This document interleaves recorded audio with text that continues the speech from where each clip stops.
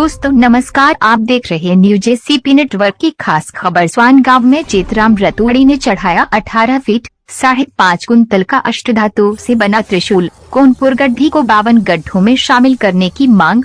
ठराली Chamoli report केशर सिंह नेगी। चमोली जनपद के विकास खंड नारायणनगर के अंतर्गत ग्राम स्वान में चैतराम रतूड़ी द्वारा अष्टधातु का त्रिशूल चढ़ाया जा रहा है। त्रिशूल की लंबाई लगभग 18 फीट और वजन 5 क्विंटल 30 किलो है, जिसे आज सोमवार को ग्रामीणों के द्वारा भैरव मंदिर में ले जाया जा रहा है।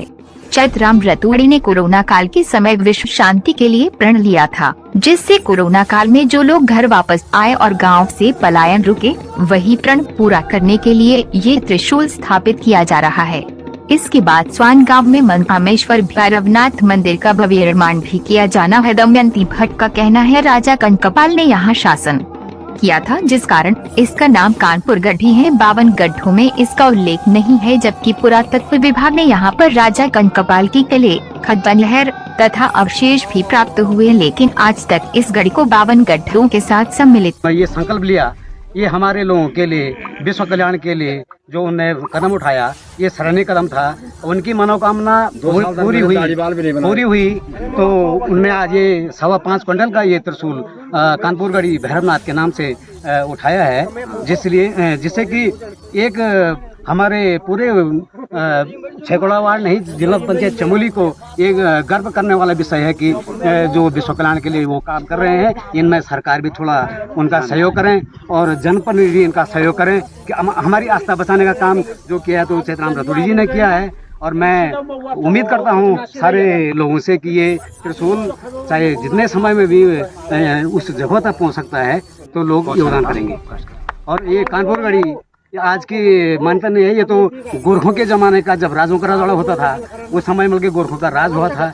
उस राज में भगड़मती जनता पे तो ये कनकपाल राजा ने जनता के लिए अलग स्थान चुना कानपुर गढ़ी में, और अपने लिए अलग स्थान चुना, क्योंकि उस समय लड़ाई के लिए वैसे यंत्र भी नहीं थे, तो ऊंची चोटी पे राजा लोग जाते थे और जनता से पत्थरों को इकट्ठा करके, और जो नीचे से दुश्मन जाते थे उनको मतलब भगाने के लिए उन्हें अपना मतलब वहाँ पे एक राज्य बसाया था, जो कि पुरातत्व विभाग से भी हमने कई बार पत्राचार किया, लेकिन उसमें कोई योगदान सरकार की तरफ से नहीं आया। और हम भविष्य में कानपुर गढ़ी का ये त्रिशूल जो जा रहा है, इसी के माध्यम से थोड़ा उत्तराखंड सरकार को जगाना चाहते हैं कि हमारे इलाके की अनदेखी ना किया जाए, और हमारी देवी देवताओं का मतलब जो आस्था का विषय है उसको थोड़ा सा पर्यटन से जोड़ा जाए। कानपुर गढ़ी सरकार ने हमारी इधर इस इलाके में कोई ध्यान नहीं दिया, पुरातत्व विभाग ने हमारा कोई ध्यान नहीं दिया। ये कानपुर गढ़ी कनकपाल महाराज राजा के जमाने से ये प्रथम गढ़ी है, कानपुर गढ़ी इसके बाद की गढ़ी है।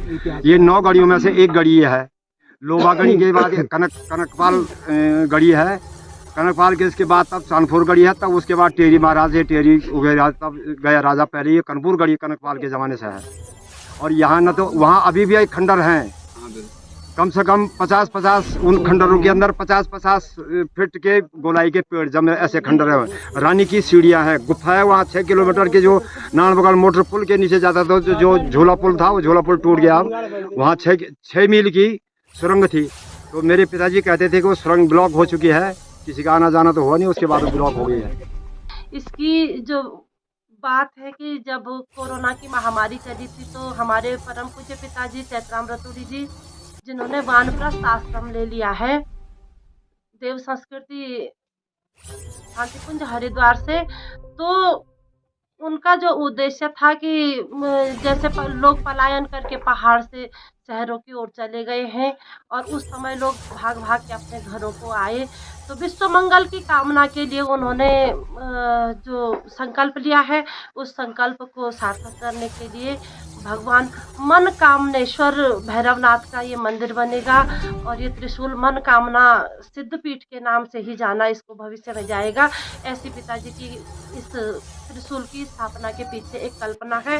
और सबसे पहले यहाँ का जो भौगोलिक वातावरण है उसके बारे में मैं पिछले इतिहास पर जाती हूँ कि ये जो जगह है, ये राजा कनकपाल का गढ़, जो 688 से लेकर 1803 तक इस पर उन्होंने शासन किया था।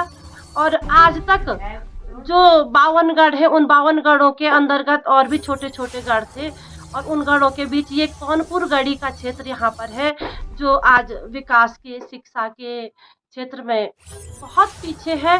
प्रगति तो कर रहा है, धीरे धीरे नई पीढ़ी जागरूक हो रही है, लेकिन यहाँ पर रोजगार की समस्या है, शिक्षा की समस्या है, स्वास्थ्य की समस्या